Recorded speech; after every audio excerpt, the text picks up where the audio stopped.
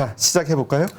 네, 오늘 제가 이제 항상 미국 증시 마감에 대해서 이것저것 준비를 하는데 오늘은 딱 표 한 장만 올려놨어요. 미국 일정 흐름입니다. 사실 미국 증시가 최근 8거래일 정도 거의 제자리에 있었습니다. 뭐 다우가 한 대략 33,000선 정도, 한 일주일 이상, 나스닥도 한 12,000선 정도 했는데 어제 이제 자리에서는 종가 기준으로는 약간 이게 무너졌어요. 무너졌다는 말이 이제 사실 지수라는 게 그리고 시세라는 게 어느 정도 올라야 되는 자리에서 오르지 못하면 거래량 감소 속에서 푹 떨어지는 경우가 좀 많지 않습니까? 우리가 기술적 분석에서 원형천정형이라고 이야기를 하는데 주가 고점을 갱신하지 못하고 거래량 감소하는 현상은 보통 매도의 시그널이라고 이야기하거든요. 근데 이번 주 제가 장을 보면서 느꼈던 것은 야, 지난 3월 달하고 5월 달 대비해서 정말 이 긴축이라는 이슈 자체에 시장이 민감하게 반응하다는 느낌이 들었습니다. 어제 같은 경우도 이제 좀 일종 흐름인데 유로존 아마 오늘 미국장 마감 열어보면 많은 기사들이 이렇게 나왔을 거예요. 유럽이 ECB가 7월 달부터 또는 9월까지 이제 금리 인사한다더라. 뭐 11년 만에 그렇게 나왔거든요. 그 내용이거든요. 그러니까 유럽중앙은행 지금 우리나라 기준으로 생각하면 기준금리가 마이너스 0.5%입니다. 그렇죠. 거의 마이너스 금리죠. 그러니까 마이너스 0.5면은 쉽게 말해서 은행에 돈을 예치를 하게 되면 내가 이자를 넣고 예치를 해야 되는 거죠. 이론적으로는 말이죠. 근데 이제 유럽 같은 11년 만이면 거의 2010년도 초반인데 이거는 원래 라가르드 총리가 계속 지난 회의에서도 언급을 했던 내용이에요. 물론 어제는 이제 금리를 동결했습니다만은 이제 유럽마저 이제 긴축. 왜냐하면 유럽의 그 물가 상승률도 대략 8% 정도 전망을 하거든요. 그러다 보니까 이제 그 이슈가 있었는데, 근데 미국 증시를 가만 보면 이게 막판 한 우리 시각으로 치면 한 오후 1시 정도부터 빠진 거란 말이에요. 그러니까 ECB가 금리 발표 이야기했을 때는 그 이전입니다. 초반이니까. 그때는 거의 반응이 없었어요. 그러니까 무슨 말이냐면 미국 증시도 오늘 발표 예정인 미국의 소비자 물가 지수에 상당히 긴장하는 모습입니다. 긴장하는 모습이었고 또 그러다 보니까 이제 달러가 다시 103엔을 돌파한다든지 국채 금리가 3% 이상 가는 그림. 여기에 이제 결정적으로 테슬라 빼고 나서는 기술주가 다 내렸거든요. 그러니까 제가 조금 다음에 또 준비한 게 있긴 있습니다만 유가도 안 빠지고 하다 보니까 시장이 계속적으로 약간 의구심을 던진다. 의구심을 던지고 또 어제 하루 전날 같은 경우는 또 인텔 주가 빠지면서 또 경기 어쩌고 했지 않습니까? 그렇죠. 근데 제가 미국 증시에서 봤던 것 중에 또 하나의 어젯밤 특징은 이 우리가 말하는 그 리오프닝 관련주 있지 않습니까? 네. 여행주. 이런 주식까지 다 밀려버렸습니다. 지금 한국의 지금 리오프닝 주식도 제가 오늘 따로 준비한 거 요거 하나 딱 빼고 나면 못 가거든요. 그러니까 이게 뭔가 시장이 올해 들어서 가장 강력하게 6월 절에 들어서 가장 강력하게 바로 S공포가 장을 누르고 있다. 그래 보는 게 좋을 것 같습니다. 하여튼 이게 뭐 새로운 건 아니란 말이죠. 전혀 아니죠. 네, 그냥 계속 그냥 뭐라 그럴까 잊을만하면 좋아졌다. 이게 뭐가 사람의 변덕스러운 마음과도 오늘은 좋았다, 내일은 나빴다. 그냥 똑같은 이야기인데. 네. 이게 투자 심리가 그만큼 이게 불안하다는 거겠죠. 맞습니다. 그러니까 지금 뭐 어떻게 보면 일주일 또는 뭐 좀 크게 보면 한 달 동안 똑같은 내용의 반복. 이번 주도 똑같은 내용의 반복. 과연 제가 궁금한 거는 오늘 이제 미국이 우리 시간으로 9시 반 정도 저녁 5월달 물가지수 발표할 거란 말이에요. 야, 여기 되게 웃기는데 분명히 8.3 정도였거든요. 근데 오늘 아침에 또 보니까 월가 전문가들 뭐 8.3% 오히려 넘을 수도 있지 않겠느냐. 이런 내용까지 나와버리니까 사실 이게 8.5 갔다가 8.3 갔다가 지금 원래 제가 알기로는 블룸버그 예상치가 8.1 정도였어요. 그러니까 전체 물가지수를 말하는 건데 이 작은 수치 하나에 시장의 긴장감 자체가 정말 긴장한다는 것 자체는 아마 보니까 이런 게 는 것 같아요. 어쨌든 간에 6월 1일자로 QT를 시작을 했잖아요. 그런 것까지 좀 매칭이 되어진 보다 보니까 호재가 없는 상태에서 어떻게 보면 뭐 주식을 계속 좀 비우는 그런 현상이 지속됐다. 그리 보는 게 좋을 것 같습니다. 네. 하여튼 이런 상황인데 그래서 미국은 참 안 좋아요. 근데 우리가 거시적으로 계속 얘기했던 게 미국은 금리 인상을 할 수밖에 없고 긴축을 할 수밖에 없지만 네. 중국은 지금 어렵긴 하지만 유동성을 완화하고 금리를 인하하니까 앞으로 그 여기가 좋지 않겠냐라고 했는데 진짜 지금 증시가 중국 증시는 계속 좋아요. 제가 중국 전기차 기업 하나 계속 오랜 기간 투자를 하고 있거든요. 개인적으로. 진짜 개인적으로. 네, 근데 너무 강조하시네. 돈 많이 버셨다. 왜냐하면 이제 또 방송하시는 분들이 자기 주식 뭐 투자한다는 거 말하는 건 제가 예의가 아닌 것 같아서 잘 말을 안 하는데 중국 전기차 기업들의 최근에 주가가 한 달 동안에 대략 작은 주식은 니오라는 전기차에서 있거든. 그 니오 전기차 같은 경우는 이제 세단을 만들면 중국의 전기차 회사인데 거의 11달러에서 20달러까지 더블로 올랐습니다. 물론 이제 연초 대비 뭐 연말 돼서 많이 내렸지만은 알리바바 많이 올랐죠. 그러다 보니까 지금 중국 테크 펀드 ETF들이 되게 수익률이 좋습니다. 이게 어제 사실 저도 이걸 보고 어제 우리 장이 뭐 어제 12시가 좀 기점이었잖아요. 저도 이제 이것만 어제 바라보고 있었는데 이번 주 가장 큰 하이라이트가 어쨌든 S공포니까 중국의 무역 수지가 과연 어떻게 나올까 이런 내용이었는데 이건 뭐 야 이거 보면 정말 도대체 예상을 왜 하는 겁니까 하고 싶거든요. 이게 무슨 예상이에요?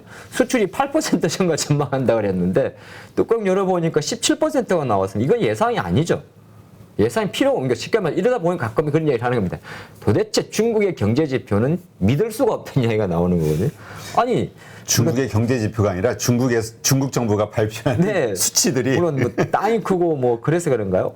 수입 같은 경우도 2% 정도 전망 이전에는 없는 거는 0%였습니다. 근데 2% 정도 연율 기준으로 YOY가 보통 연율이니까 연율 기준으로 증가하지 않을까 했는데 4%가 나온 거예요. 한국과는 반대입니다. 중국은 오히려 무역 수지가 흑자죠. 뭐 778빌런이니까 780억 달러 정도 되겠군요.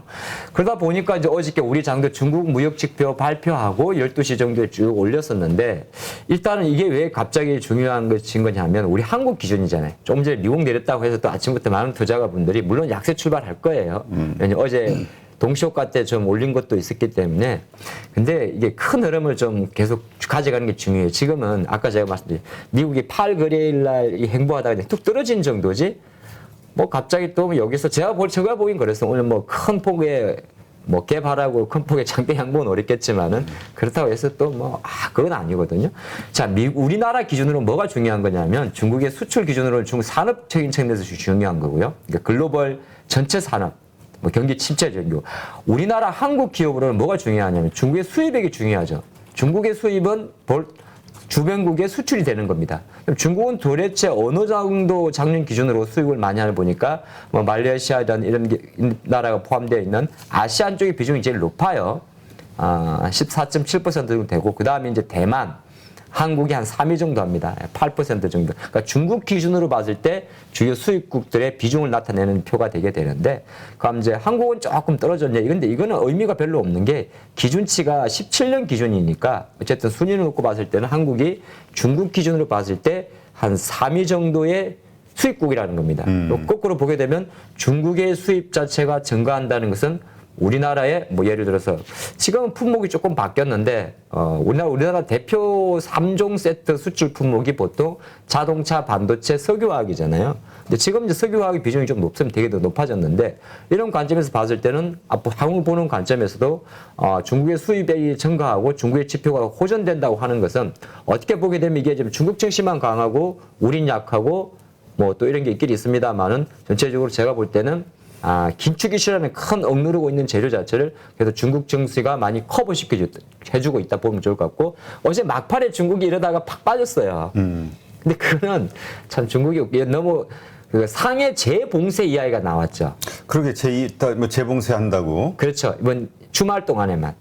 예, 그러니까 쭉 하는 게 일부적인데 이거는 그렇게 제가 볼 때는 그것 때문에 중국이 잘 나가다가 막판에 훅 떨어졌다 해보 약간 심리적인 요인이었고 최근에 급등에 따른 차익 매물이 좀 나온 수준이고 확진자 수 체크를 해봤더니 사실 뭐 우리나라와 비교하면 안 됩니다. 비교하면 안 됩니다만 조금 다시 몇 명 정도 늘었더라고요. 그러니까 중국의 어떤 제로 코로나 정책에 대한 유지 정책을 한 번 더 시사하는 그런 의미이지 갑자기 여기서 왜냐하면 어제 이런 내용이 있었어요. 어제 기준으로 중국의 전 상해에 있는 전 외국계 기업들이 생산이 가동 라인이 들어가는 상황이었거든요. 자, 그런 상태에서 잠깐 여기서 주말에 한번 그래도 일부적으로 완전 확진자 수가 아예 제로는 아니니까 그럼 잠깐 한 주말 동안 3일 정도 좀 봉쇄해보자. 이런 정책이었다. 전 그렇게 보는 게 좋을 것 같습니다. 네, 알겠습니다. 하여튼 지금 시장에 자꾸 이제 불거지고 있는 새로운 악재는 아니나 네. 기존에 알고 있었던 거지만 자꾸 이렇게 돌아가면서 이것도 무슨 빠른 순환 매장세처럼 그냥 같은 같은 악재들이 서로 번갈아 가면서 계속 그렇게 나오는 것 같아요. 그렇죠. 원래 이 중국 지표면은 미국 증시 밤에 올라야 돼요. 올라야 되는데 이게 제가 그냥 우리 양봉 선생님이 어제 너무 일을 안 하신 거예요. 아니 호두숨을 좀 지는 게 그러니까 이제 아마 미국장 마감하시는 그 기자님들도 힘들 거야. 아침에 제가 이제 보통 5시 20분 30분 정도에 보거든요. 없어. 네? 뭐 없어요 그냥. 그러니까 그렇지. 그러니까 내용만 쭉 긴데 없어. 예, 그냥 뭐 인플레 미국 물가지수 경계에서 국채 금리 올라서 뭐 긴축에 대한 우려로 뭐 주식 매도가 많았다 이거거든요. 어제도 약간 중국의 무역 지표가 미국 장으로 갔을 때 연결이 안 된 부분은 오늘 조금 아쉽다. 예, 그리 보는 게 좋을 것 같습니다. 그러니까 이제 이렇게 어렵다 보니까 요즘 우리 한국 증시에서도 지금 악재로 좀 볼 수 있는 게 지금 데이터 보니까 지금 저 신용잔고가 네. 21조 5,800억이라고 지금. 네. 근데 이게 전주에 비해서는 1조 3,800억. 한 달 전과 비교해서는 1조 4,400억이 늘어난 것이다. 네. 이게 그러니까 이게 코로나19 이전에는 평균이 10조 원이었는데 지금 우리가 2배 늘어난 거잖아요. 2배 이상. 그렇죠. 예. 근데 시장이 괜찮으면 괜찮은데 이게 지금 시장이 어려운 상태에서는 이게 자꾸 악성 매물이 될 수도 있으니까. 최근에 그 말씀 제가 일부 준비하려다가 또 미리 준비를 해주셨네요. 신용잔고가 이제 21조 정도라는 거는 뭐냐면, 이제 코로나, 그러니까 우리나라가 2019년도 그 기사 한번 아마 여러분들 같이 공유해 보셔도 될 것 같은데, 19년도 코로나 이전 3년 같은 경우는 신용잔고가 전체적으로 한 10조 원대? 그 정도 됐습니까? 그리고 이제 신용 비율을 보더라도 종목당 보게 되면 그 여러분들 종목마다 신용 잔고 비율이 나와요. 그래서 코스피는 0.23%밖에 되지 않고 코스닥이 조금 많았었는데 지금 최근 한 달 정도 흐르면서 가장 큰 특징이 뭐냐면 신용이 또 이게 무조건 나올 수 있다고 하는 게 아니거든요. 이 신용 같은 경우는 증권사에서 종목 주식마다 신용이 가능한 종목이 있고 안 되는 종목이 있겠죠. 뭐 예를 들어서 삼성전자 같은 경우는 증거금 40%짜리니까 어떤 데는 뭐 2.5배수 그 이상까지 신용이 들어갈 수도 있고 또 증거금 100%짜리나 관리 종목이나 시가총액이 너무 작으면 신용이 안 들어가요. 신용이란 건 이제 우리가 돈을 이제 내 돈의 레버리지 일으키는 건데 보통 신용은 이제 한국증권금융이라는 데서 돈을 빌려주는 거거든요.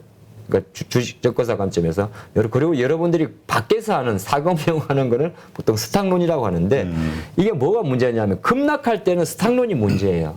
스탁론 같은 경우는 이제 이자도 시중보다 조금 높은데 대신 이제 신용이 안 되는 종목들 뭐 잠깐 위험성이 있다 측정하는 것들 사람들이 뭐 그냥 4배짜리 이런 거 사용한단 말이에요. 근데 그런 종목들은 아예 장이 급락할 때 이제 변동성인데 지금은 오히려 지금 말씀하신 이 신용이 또 오히려 잡고 있어요. 왜? 신용되는 종목들이 지금 다 빠지고 있으니까. 그게 포인트입니다.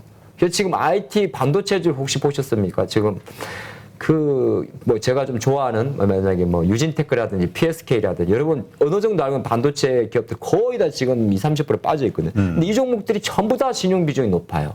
뭐 6에서 7%. 그러니까 지금은 좋은 주식도 어떻게 보게 되면 시장이 워낙 이제 민감하게 IT가 누르다 보니까 오히려 신용이 신용을 부르는 그래서 항상 드리는 이야기가 주식 투자는 레버리지를 활용하는 상품입니다. 그러니까 신용을 써라 말라 이거는 잘못된 좀 표현이라고요. 신용을 쓰셔야 됩니다. 다만 그 달콤한 신용을 잘 쓰셔야 되는 거거든요. 그게 이제 항상 우리 투자자분들의 숙제인데 뭐 어떻게 하면 잘 쓰느냐.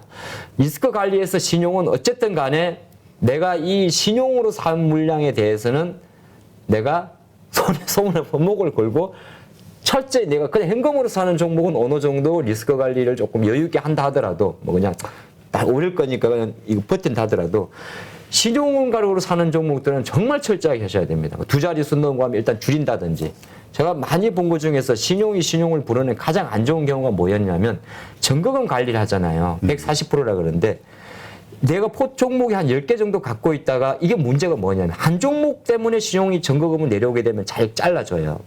근데 종목을 많이 산 거야. 신용을 쓰는데 특정 종목을 사려고 한 게 아니라 이것도 사고 싶고 저것도 사고 싶은 거야. 그때 신용하신 분들이 제일 못해요. 왜냐? 그러면 장이 이렇게 안 가버리면 뭘 정리해야 될지도 모르겠고. 근데 그게 계속 증거금이 140% 내려가게 되면 또 그때 초반에는 돈을 조금씩 넣어요. 못 팔겠는 거야. 아까워서. 근데 그거 엄청나게 악순환 가져옵니다. 지금이 약간 그런 장이기 때문에 조금 그런 부분에 조금 더 신경을 써주는 게 좋을 것 같습니다. 네. 하여튼 그래서 그런가요? 요즘 그 시장이 좀 뭐라 그럴까? 그동안 이제 뭐 사실 그 대형 투자자들은 네. 그 이제 좀 장기 투자자로 생각했던 그런 사람들이 요즘 그런 투자자들이 자꾸 이제 블록들이 나와요. 네. 그러면서 그냥 급락하는 상황들이 어제 뭐 최근에 카카오페이도 그렇고 지금 이 블록들 이것도 좀 심각한 문제 같아요. 불안하게 만드는 시장을. 그건 이제 우리가 보통 오브행 이슈라 그러잖아요. 그러니까 이제 특정 투자가들이 주식을 상장할 때 많이 갖고 있고, 우리가 많이 본 것 중에서 하이브도 있었고, 넷마블, 그리고 이제 가장 최근에는 카카오페이가 있었죠. 그래서 최근에 카카오페이 직원분들, 우리 사주 받으신 분들 지금 눈물 난다는 그런 기사도 많이 보실 것 같습니다. 상장할 때는 되게 좋았지만 팔 수도 없는 우리 사주를 1년 이상 보호 예술해야 되니까. 근데 역시나 중국은 믿으면 안 돼요. 야, 내 이럴 줄 알았어, 정말. 알리페이? 얘네들, 왜냐하면, 삼성전자는 사실 얘 샘플했습니다면 상속세 때문에 어쩔 수 없는 거고, 또 우리 금융 같은 경우도 최근에 예보에서 하는 것도 공적 자금 해소니까 오케이, 좋아요. 패싱하고. 자, 롯데도 이제 롯데 내부적으로 이제 지금 구조조정하는 과정에서 나온 거니까 오케이, 패스하고. 그럼 가장 최근 이슈는 카카오페이인데, 원래 카카오페이는, 카카오하고 알리바바죠. 거의 지분 50대 50으로 만들어진 회사란 말이에요. 근데 알리페이 같은 경우가 이제 뭐 여기는 회사 이름이 이렇게 SPV로 만들어 놓으니까 뭐 알리패싱 싱가포르 홀딩스라고 나오겠습니다만은 사실 모태는 알리바바 아니겠습니까? 근데 최근에 이제 1% 정도 팔았더라고요. 전체 지분에. 근데 그게 4,700억이야. 근데 자기들은 아니라고 했습니다만은 그럼 앞으로 또 1% 이렇게 팔 수 있는 확률이 되게 높으면 오를만하면 최근에 카카오페이가 분위기 되게 좋았어요. 물론 바닥 대비해가지고 오를만 하면 때리고 오를만 때려버리니까 이거는 이제 투자를 못하는 거죠. 여기에 가장 많이 이제 우리가 아시는 분 딱 셀트리온이 그렇습니다. 셀트리온하고 셀트리온 헬스케어가 홍콩계 아이온 인베스트먼트라든지 이런 기업들의 블록들 자체가 오를만 하면 때리고 오를만 하면 때려가지고 자꾸 내려오는데 그래서 이제 한강 제가 어떤 아이디어냐 아이디어가 중요해요. 우리는 하나도 가져가야 되지 않겠습니까? 딱 지분 구조에서 홀딩스 또는 FI라 그러는데 지분 투자 성격에는 FI, 파이낸싱 인베스트먼트가 있고 SI가 있는데 SI들은 좀 상관이 없는데 근데 요 보면 알리페이도 말이 안 되는 게 자기들은 전략적 투자가다. 카카오페이와 같이 협업을 같이 하는 스트래티지 인베스터의 성격을 가져가겠다. SI로 들어왔다 해놓고는 얍삽하게 딱 좀 빼버리죠. 이거는 갑자기 FI라고 해. FI는 뭐냐면 단순 투자 목적입니다. 그래서 일단 요 관점에서는 믿지 마라. 들어올 때 SI, FI 믿지 마라. 어쨌든 외국계 어떤 지분이 많은 종목들 언제든지 블락될 이슈가 있을 수 있다. 그렇게 보는 게 좋을 것 같고. 근데 이런 이제 이슈가 나게 되면 현재 법적으로 막을 수가 없어요. 그리고 할인율도 문제인데 이것도 막을 수가 없어요. 통상률이야. 도매로 파니까 할인해 주는 거거든요. 뭐 정해진 건 없어요. 업계에서 5% 할 수도 있고. 근데 이번에 카카오페이는 많으면 많을수록 할인율 높게 때립니다. 왜냐하면 물량을 많이 가잖아요. 우리가 그 코스트코에서 사면 좀 크게 사니까 좀 할인되는 건 똑같은 거 않습니까? 편의점에서 사게 되면 할인이 안 되죠. 그 관점이에요. 근데 지금 제도적으로는 약간 요거를 이야기를 한다고 해요. 야, 그래서 너무 개인 투자가 이야기가 많으니까 발행 주식 총수의 1% 이상의 지분을 블록딜 할 때는 신고 제도 해라. 신고하면 뭐 할 거야? 이미 팔아버리는데. 그게 지금 문제거든요. 근데 이제 법제적으로 지금 현재 막혀 있는 제도는 한 번에 블록딜이 이루어지고 나면 향후 3개월 동안에는 동일한 수준의 블록딜을 진행하지 못하는 거 딱 요 정도밖에 없기 때문에 이건 약간 우리 개인 투자가분들이 안타깝지만은 항상 블록딜이 우려가 있는 주식들은 이 부분을 경계해야 되지 않나 그리 보겠습니다. 네. 자, 아주 간단하게 네. 카지노의 큰손 일본 관광객이 들어오고 있기 때문에 카지노주에 대해서 어떻게 봐야 될 것이냐 이 질문에 대한 답을 간단하게 해주신다면. 좀 긍정적으로 보십시오. 이유는 딱 간단합니다. 카지노 큰손은 일본이고 중국이요. 중국은 좀 작습니다만은 일본 같은 경우는 아시겠지만은 지금 하늘길이 열리는 상황이고 이미 지금 엔터주의 움직임도 뭐 NCT 보러 온다 그래가지고 SME 주가 가는 것 같은 거거든요. 그리고 한 가지 제도적으로 바뀌어 있는데 카지노주가 지난 5월 중순부터 제가 직접 저는 뭐 세 군데 다 탐방을 빼고는 실제 하루 들어간 적은 없습니다. 근데 분석 차원에 한번 뭔지 구경만 해봤거든요. 여기서 이제 우리가 갈 수 있는 데는 한 군데밖에 없어요. 저 한국 사람이라. 파라다이스나 GKL은 뭐 저 들어가지 못하니까 봤는데 딱 지난주에 바뀐 게 5월 중순부터 사이드 베팅이 가능했습니다. 이게 사실 실적입니다. 사이드 베팅이 뭐냐 하면 딱 테이블에 들어갔을 때 내가 원 테이블에 앉지 않고 옆에서 기웃하면서 거기서 베팅을 할 수 있는 겁니다. 그렇게 되게 되면 바로 실적이 올라가는 거거든요. 예, 그런 제도적인 그리고 카지노주의 가장 큰 특징은 뭐냐 하면 이 개장과 실적으로 연결되는 고리가 가장 짧은 산업입니다. 항공주는 탑승을 하고 항공권이 열리고 이렇게 가는 거고 여행주도 예약을 하고 비행기를 타야 되죠. 카지노는 오면 바로 매출입니다. 그래서 카지노주가 지금 다른 나중에 첫탄 보시면 전부 다 리오프닝 중에서 가장 강력한 흐름을 보여주고 있다. 그리 보는 게 좋을 것 같습니다. 네, 알겠습니다. 누구나 1시간 안에 200개 종목에서 좋은 종목을 고를 수 있는 그런 능력을 배양할 수 있도록 제가 도와드리려고 그렇게 하고 있습니다.